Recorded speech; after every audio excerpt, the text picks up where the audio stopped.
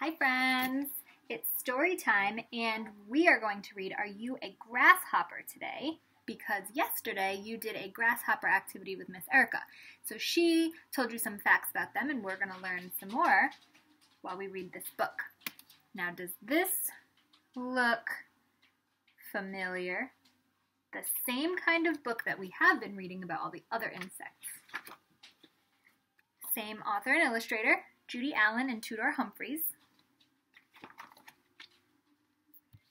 Are you a grasshopper?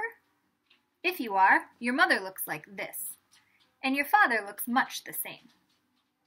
So this is a mother grasshopper, and this is a father grasshopper.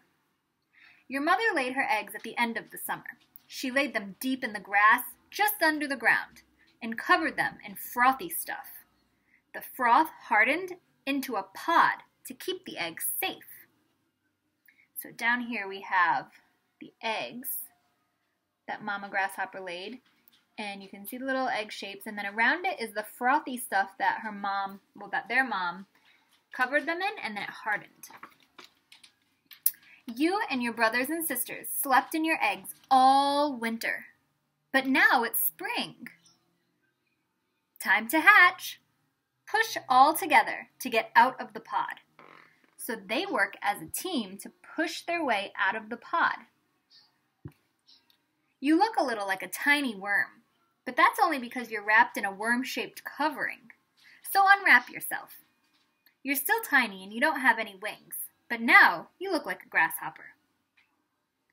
So in here you can kind of see how they have their little shells on them still a little bit. And then they come out of it and they look like little grasshoppers. You're hungry, so eat. Eat grass or maybe some leaves. Clover's nice. Eat and grow. Unfortunately, your skin is hard, so it doesn't grow with you. You'll have to take it off. Luckily, there's a new one underneath. Does that sound like some of the other insects that we learned about? The caterpillar and the dragonfly, did they shed their skin a couple times before they grew up? Eat and grow and change your skin again. Now you have wing buds on your back. Change your skin again. Now you have small stubby wings. So in these pictures you can kind of see how he sheds his skin. Over there. So each time he sheds his skin, he gains something on his body. Eat and grow and change your skin at least 4 times. Can you show me 4 with your fingers? Nice job. The final skin change is the slowest and the biggest. Struggle out of your old skin and hang from a grass stem while your wings grow to full size. So he's going to shed 1, 2, 3, 4. 4 times. And his wings are starting to grow to full size. Now, do his wings look like he's ready to use them, or do they look a little bit wet? They're wet. So, kind of like a butterfly's wings, they have to sit and wait for them to dry. At last, you are a fully grown grasshopper. You're bigger and stronger than before. You have 6 legs, 2 pairs of wings, 2 large eyes, and 2 short feelers, which is also their antenna. You have tiny ear holes on the side of your body, above your back pair of legs. On your feet, you have suction pads, so you can cling to stems.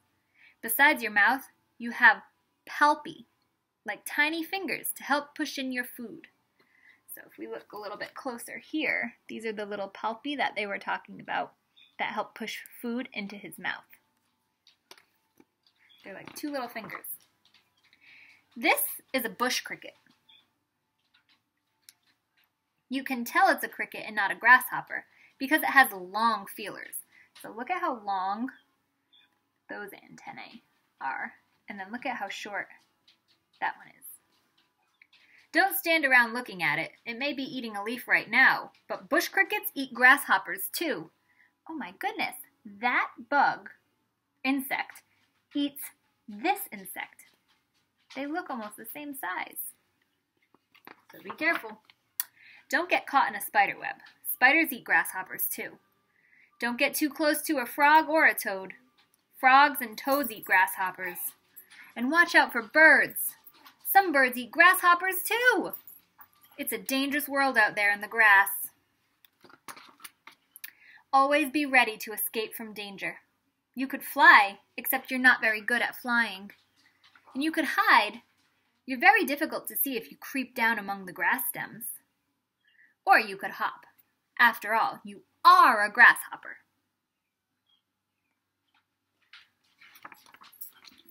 Your strong back legs are bent up.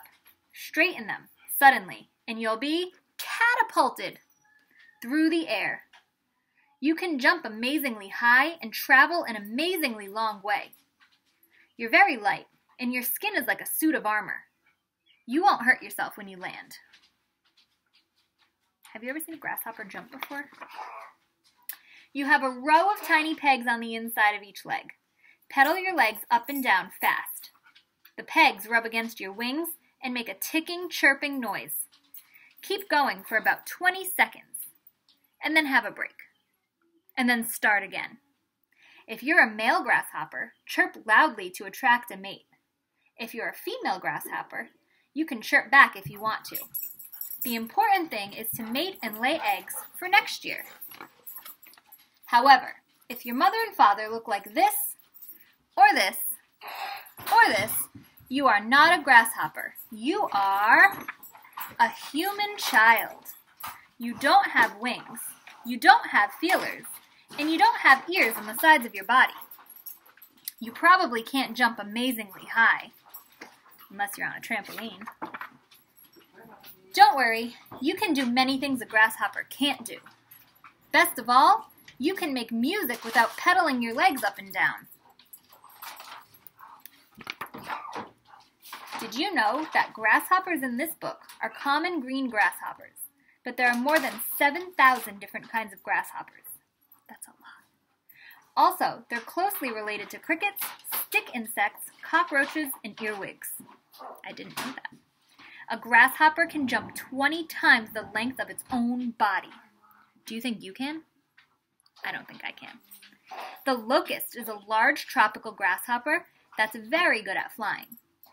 A swarm of locusts can eat a whole field of crops in one night. Oh my goodness. Most grasshoppers die at the end of summer, after they've laid their eggs. That's really sad. They don't get to live very long. The end.